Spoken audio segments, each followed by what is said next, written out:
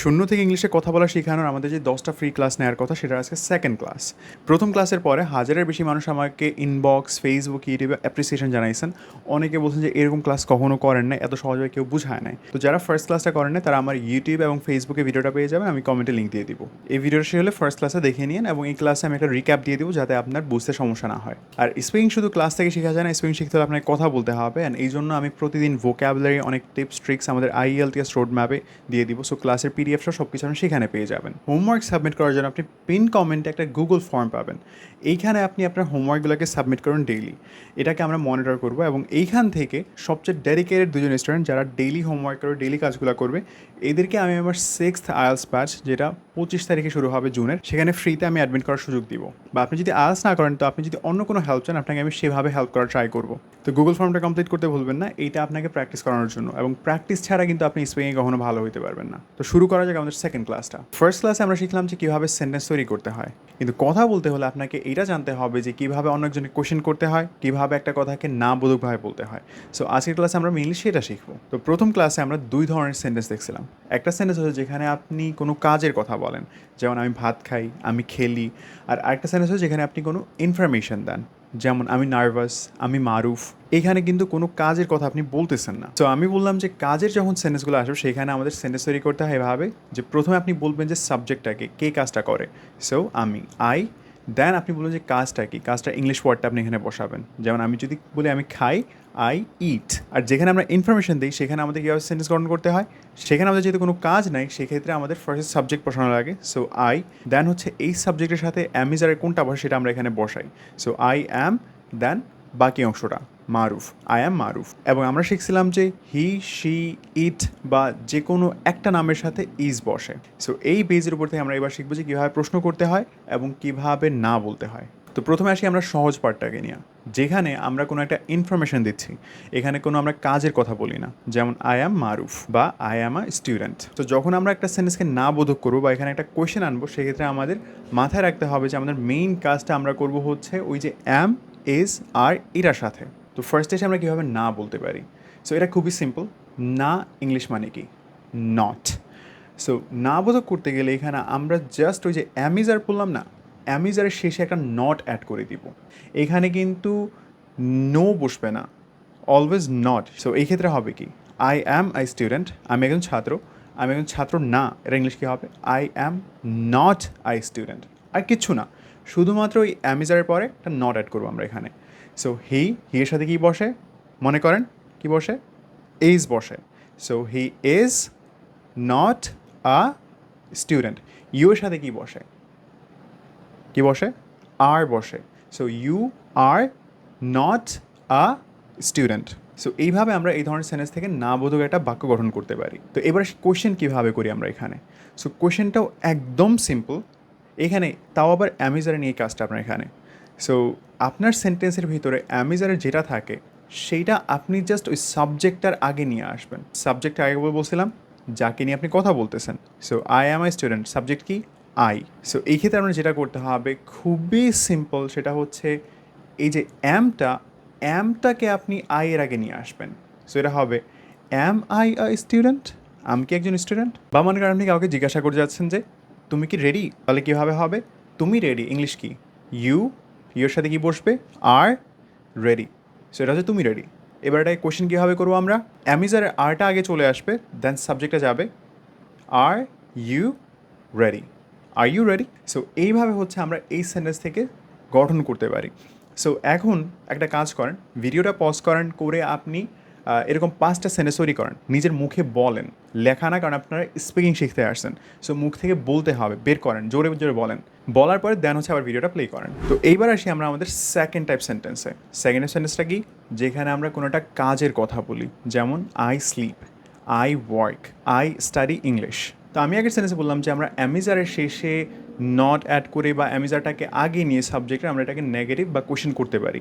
তো কিন্তু এখানে তো এটা নাই, তাহলে এখানে আমরা কী করবো? তো এইখানে আপনাদেরকে আমি একটা গ্রামারের নাম বলবো, সেটা আপনার মনে রাখার কোনো দরকার নেই, জাস্ট বোঝানোর জন্য। সো আমি যে আপনাদেরকে যে অ্যামিজার বললাম না, এটাকে বলে অক্সিলিয়ারি ভার্ব। সো এই কোয়েশ্চেন করার ক্ষেত্রে বা নেগেটিভ করার ক্ষেত্রে আমাদের সেন্টেন্সের ভিতরে এই অক্সিলিয়ারি ভার্বগুলো অনেক দরকার। সো এটা ছাড়া কোয়েশ্চেন বা নেগেটিভ করা যায় না। কিন্তু আমাদের যে কাজের সেন্টেন্স, এখানে তো কোনো এই ধরনের অক্সিলারি ভার্ব আমরা দেখি নাই, আনি নাই কখনো, তাহলে এইখানে আমরা কীভাবে করব?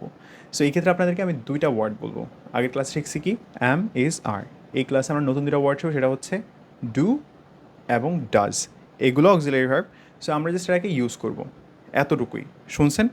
অক্সিলারি ভার্ব ওয়ার্ডটা মাথা থেকে একদম পুরো ভুলে যান, শুধু মাথায় রাখেন ডু এবং ডাজ। সো ডাজ এই ওয়ার্ডটার কাছে আমরা পরে আসতেছি, এটাও আপাতত মাথা থেকে ছাড়েন, শুধুমাত্র ডুটা রাখেন। সো ডু এর নর্মাল অর্থ কী? করা। নর্মাল একটা সাধারণ একটা কাজ, কিন্তু আমাদের কাজের সেন্টেন্সগুলোতে নেগেটিভ এবং কোয়েশ্চেন করার সময় এইটা এক্সট্রা আমাদের অ্যাড করতে হবে। কোথায় অ্যাড করব? এইটাকে আমরা অ্যাড করব ওই যে আমরা অ্যামিজারের সেন্টেন্সগুলোতে যেভাবে নেগেটিভ করতাম, সেই জায়গায় ঠিক অ্যামিজারের জায়গায় এটাকে আমরা অ্যাড করবো। সো এখানে একটা নর্মাল সেন্স আমাদের কী ছিল? আই অ্যাম মারুফ, আমি মারুফ। সো এটাকে যখন আমরা নেগেটিভ করি তখন কী হয়? আই অ্যাম নট মারুফ, আমি মারুফ না।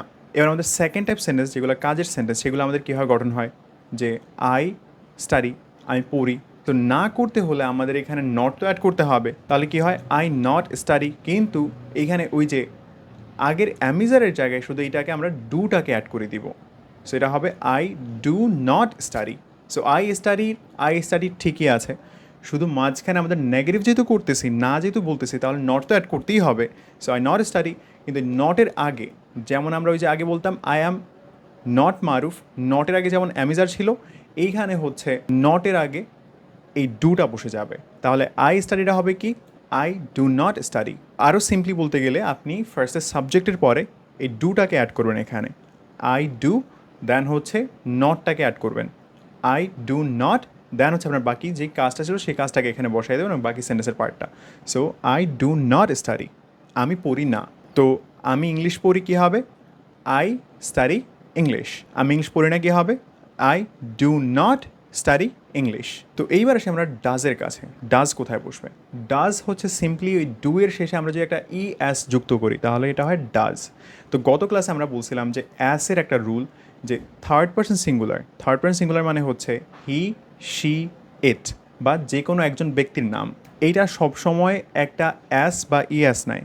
যেমন থার্ড পারসন সিঙ্গুলারের সাথে হ্যাজ বসে, থার্ড পারসন সিঙ্গুলারের সাথে ইজ বসে, থার্ড পারসন সিঙ্গুলারের সাথে একটা ওয়ার্ড থাকলে ওয়ার্ডের শেষে অ্যাস বা ইএস যুক্ত হয়। যেমন আই ওয়ার্ক, ইউ ওয়ার্ক, কিন্তু থার্ড পারসন সিঙ্গুলার যেটা হি এর সাথে কী বসে? হি ওয়ার্কস, সে কাজ করে। সো এই ক্ষেত্রেও আমাদের ওই থার্ড পারসন সিঙ্গুলারেরই প্রবলেমটা এখানে আমাদের হচ্ছে ডু এর সাথে একটা ইএস যুক্ত করে দিতে হবে। তো আমরা হি বা শি বা ইট বা যে কোনো একটা নাম, এগুলো দ্বারা যদি কোনো সেন্টেন্স তৈরি করতে যাই, সেই ক্ষেত্রে আমাদের বলতে হবে কি? নেগেটিভ করতে হলে যে সে ইংলিশ পড়ে না। সো নর্মালি করতাম কি?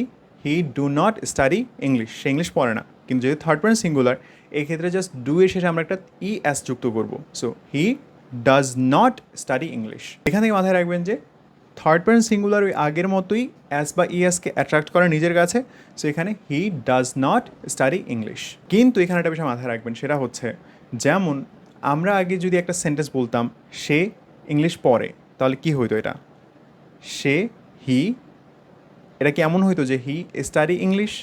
এমন কিন্তু হইতো না, কারণ এখানে বলছিলাম কি ভার্বের সাথে অ্যাস বা ইএস যুক্ত হবে কাজের সাথে। তাহলে হি স্টাডিজ ইংলিশ। যখন এটাকে আমরা নেগেটিভ করি তাহলে হয় কি? হি ডাজ নট, এটা কি স্টাডিজ ইংলিশ হবে? না। যখন আপনি একটা সেন্টেন্সে ডাজকে অলরেডি অ্যাড করবেন, যেহেতু আপনি ডু এর সাথে ইএস যুক্ত করি ডাজ বানাইছেন, এই ক্ষেত্রে অন্য কোনো কাজের সাথে আর অ্যাস বা ইএস যুক্ত করতে হবে না। আবার বলতেছি, এটা কিন্তু মাথায় রাখেন। হি, শি, ইট বা যে কোনো একটা নামকে আমরা যখন সাবজেক্টে রেখে কথা বলতে যাই, তখন আমাদের কাজের সাথে একটা অ্যাস বা ইএস যুক্ত হয় নর্মালি। যেমন he speaks English, not he speak English. কিন্তু যখন এটাকে আমরা নেগেটিভ করতে যাই তখন আমাদের কী অ্যাড করতে হয়? ডু বা does. So he does not, কিন্তু যেহেতু অলরেডি আমরা ডাজকে অ্যাড করছি, তাহলে আর স্পিকের সাথে আমরা কোনো আর অ্যাস যুক্ত করবো না, কাজের সাথে কোনো অ্যাস বা ইএস যুক্ত করবো না। তাহলে হবে he does not speak English. Note করে রাখেন কথাটা। তো এবার আমার সাথে তাহলে ট্রাই করেন কয়েকটা। সে ফুটবল খেলে, ইংলিশ কী হবে? হি প্লেইস ফুটবল। সে ফুটবল খেলে না, তাহলে কী হবে? He does not play football. আচ্ছা, তাহলে এইবার এই ভিডিওটা অফ করে 5টা এমন সেন্টেন্স আপনি তৈরি করেন অ্যান্ড কমেন্টে লেখেন আপনার সেন্টেন্সগুলো। তো এটা তো আমরা শিখলাম নেগেটিভ করা। কোয়েশ্চেন কীভাবে করব? তো আমরা ওই যে অ্যামিজারের এখানে কোয়েশ্চেন কীভাবে করছি, শুধুমাত্র এমটাকে আগে নিয়ে আসছি বা ইসটাকে আগে নিয়ে আসছি, রাইট? যে হি ইজ আ স্টুডেন্ট, এটা কোয়েশ্চেন করলে ইজ হি আ স্টুডেন্ট, সে কি একজন স্টুডেন্ট? এইখানে আমাদের অ্যামিজারের পরিবর্তে আমরা কী অ্যাড করি? ডু বা ডাজ। সো কোয়েশ্চেনের ক্ষেত্রে আমাদের সেম কাজটা করতে হবে। সো এই ক্ষেত্রে আমরা জাস্ট ডু বা ডাজটাকে আমাদের সাবজেক্টের আগে নিয়ে আসবো। যেমন হি প্লেইজ ক্রিকেট, সে ক্রিকেট খেলে। সো এইটাকে আমরা নেগেটিভ করলে কী হয়? He does not play cricket. তো এটা কোয়েশ্চেন করতে গেলে নট তো আর থাকবে না। যদি আমি কোয়েশ্চেন করতে যাই যে সে কি ক্রিকেট খেলে, তাহলে দেখেন তো না নাই, কিন্তু ওই ডু বা ডাজটা থেকে যাবে। তো এটাকে জাস্ট আমরা আমাদের সাবজেক্টের আগে নিয়ে আসবো। সো হি প্লেজ ক্রিকেট, সে ক্রিকেট খেলে। এটার কোয়েশ্চেন হবে ডাজ হি প্লে ক্রিকেট, সে কি ক্রিকেট খেলে? সো শুধুমাত্র এই ডাজটা আগে চলে আসছে, নট প্লেইস ক্রিকেট। কারণ কি বলছি, ডাজ আছে। সো এই ক্ষেত্রের পরবর্তীতে অ্যাস বা ইয়েস বসবে না, কারণ ডাজটা হয়েছেই ডু এর সাথে অ্যাস বা ইয়েস যুক্ত হওয়ার পরে। তুমি ইংলিশ পড়ো, ইংলিশ কী হয়? You study English. এটা কোশ্চেন কী হবে? ইউ এর সাথে কি বসবে? ডু। কারণ ডাজ শুধুমাত্র থার্ড পারসন সিঙ্গুলারের সাথে বসে, তাহলে এটা কী হবে? ডুটা ইউ এর আগে চলে আসবে। সো এটা কী হবে? Do you study English, do you study English. So এইভাবে হচ্ছে আমাদের এইখানে নেগেটিভ করতে হবে এবং কোশ্চেন করতে হবে। কিন্তু এখানে আবার আরেকটা কথা, সো আমরা এখানে নেগেটিভ শিখছি। সো আমরা এই নেগেটিভটাকে কীভাবে কোশ্চেন করবো? সো নেগেটিভটাকে কোশ্চেন করার ক্ষেত্রে ওই সেম বিষয়টা, যেমন she does not play cricket, সে ক্রিকেট খেলে না। তাহলে এটা কোশ্চেন করতে হলে আমাদের জাস্ট ডাজটাকে আমরা আগে নিয়ে আসবো, নটটাকে ওখানেই রেখে দেবো আমরা। So she does not play cricket, এটা হবে does she not play cricket. You do not study English, তুমি ইংলিশ পড়ো না। তো এটা কোশ্চেন হবে do you not study English. So ওই বাকি সব কিছু সেমই থাকবে, শুধুমাত্র ডু আর ডাজটার কাজ আমাদের এখানে কোশ্চেন করার ক্ষেত্রে। জাস্ট কোশ্চেন করার ক্ষেত্রে এটা মাথায় রাখবেন, ডু বা ডাজটাকে আমরা আগে নিয়ে আসবো, আর কিছু না। বাকি সব কিছু একটা সেন্টেন্সের সেম থাকবে। পজিটিভ হলে একদম পজিটিভের সব সেম থাকবে, পজিটিভ মানে হা বোধক শব্দ, আর নেগেটিভ মানে না বোধক। সো নেগেটিভ হইলে নেগেটিভের সব সেম থাকবে, শুধুমাত্র ডু বা ডাজটা আগে চলে আসবে। সেম আমাদের কোনো কথা বলার যে সেন্টেন্সগুলো, যেমন আই অ্যাম মারুফ, এই ক্ষেত্রেও নেগেটিভটাকে যখন আমরা কোশ্চেন করে যাবো তখন এই সেম বিষয়টা হবে। আই অ্যাম মারুফের নেগেটিভ কী হয়? আই অ্যাম নট মারুফ। এটাকে এবার যদি আমি কোশ্চেন করতে যাই, তাহলে ওই এখানে অ্যামিজারটাকে আগে নিয়ে আসবো। অ্যাম আই নট মারুফ, বাকি সব সেম। তো রিক্যাপ করলে এতক্ষণ যা বললাম, আমাদের সিম্পল সেন্টেন্স যেখানে আমরা কোনো একটা বিষয় সম্পর্কে কথা বলি, সেখানে আমাদের এটা হয় এরকম, আই অ্যাম মারুফ, নেগেটিভ হলে শুধুমাত্র একটা নট চলে আসে, আই অ্যাম নট মারুফ। আর এটা কোশ্চেন করতে গেলে শুধুমাত্র আপনার এই অক্সিলারি ভার্বটা আগে চলে আসবে। সো আই অ্যাম মারুফের কোশ্চেন হয় অ্যাম আই মারুফ, আর আই অ্যাম নট মারুফ, আমি মারুফ না, এটার কোশ্চেন হয় অ্যাম আই নট মারুফ, আমি মারুফ না। আর যেই সেন্টেন্সগুলোতে আমরা কাজকে বোঝাই যে আই স্টাডি ইংলিশ, সো এইটার প্রশ্ন হয় কি, শুধুমাত্র ডু এবং ডাজটা হচ্ছে অ্যাড হবে এবং সেটা আগে চলে আসবে। তাহলে আই স্টাডি ইংলিশ, এটা হবে do I study English, do I study English, আমি ইংলিশ পড়ি। আর নেগেটিভ হলে I do not study English, do এর সাথে শুধুমাত্র একটা নট অ্যাড হচ্ছে এখানে। আর এই না বোধকটাকে আবার কোশ্চেন করতে গেলে do I not study English, আর থার্ড পার্সনের ক্ষেত্রে does he not study English, এইভাবে। আর একটা বিষয় মাথায় রাখার মতো, সেটা হচ্ছে আমি, তুমি, আমরা, তারা সব কিছুর সাথে সবসময় ডু বসবে। শুধুমাত্র সে, সো হি, শি, এইটা, এটা ইংলিশ কি, ইট, বা যে কোনো একটা নাম এর সাথে বসে ডাজ। এবং ডাজ বসলে আমাদের যে কাজের শেষে কোনো আর এস বা ইএস যুক্ত হবে না। তাহলে আমরা শিখলাম যে কীভাবে সিম্পল একটা কথা বলতে হয়, কীভাবে এটাকে নেগেটিভ করতে হয়, কীভাবে কোয়েশ্চেন করতে হয়। তো এবার হচ্ছে হোমওয়ার্ক। সো স্পেলিং শিখতে হলে আপনি যত ক্লাস করেন, যত ভিডিও দেখেন, যত বই পড়েন, আপনার স্পেলিং শিখতে পারবেন না যদি না আপনি মুখ থেকে কথা বের করেন। সো আপনাকে মুখ থেকে কথা বের করতে হবে। সো এই জন্য আমাদের একটা গ্রুপ আছে, আইএলটিএস রোডম্যাপের গ্রুপ প্লাস পেজ। সো এই গ্রুপে আপনারা চাইলে ভিডিও করে এখানে দিতে পারেন আপনাদের হোমওয়ার্কটা, বা হচ্ছে আপনার জাস্ট এখানে আপডেট দিতে পারেন, লিখতে পারেন, কিন্তু নিজে আপনার কথা বলতে হবে, নিজেকে রেকর্ড করতে হবে। সো আপনাদের হোমওয়ার্কটা হচ্ছে যে আমি স্ক্রিনে যেটা দিয়ে রাখছি এটা। সো আমাদের নেক্সট ক্লাস 4 দিন পরে রবিবার। সো এই রবিবার পর্যন্ত আপনি যেন ঘরের ভিতরে যতটুকু পারেন ইংলিশে কথা বলেন, যত আপনার নেগেটিভ কথাবার্তা সবগুলোকে ইংলিশে বলার ট্রাই করেন, যত আপনার কোশ্চেন আছে সবগুলোকে ইংলিশে বলার ট্রাই করেন। সো আপনার প্রতিদিনের হোমওয়ার্কের পরে এই ভিডিওর কমেন্টে আপনি লিখতে পারেন যে আমার আজকে এই ডাটা আমি করছি, এটা আমার ডান, বা এখানে আপনি প্রতিদিন 10টা করে সেন্টেন্স লিখতে পারেন। আর হচ্ছে ক্লাসের যত ম্যাটেরিয়ালস, পিডিএফ, ওয়ার্ড সবগুলো আমাদের আইএলটিএস রোডম্যাপের এই পেজে দিয়ে দিব। আর আপনাদের প্র্যাকটিসের জন্য এই যে আইএলটিএস রোডম্যাপের এই গ্রুপটাতে অ্যাড হয়ে থাকেন। সো তাহলে আমাদের দেখা হচ্ছে নেক্সট ক্লাসে ইনশাআল্লাহ। আসসালামু আলাইকুম।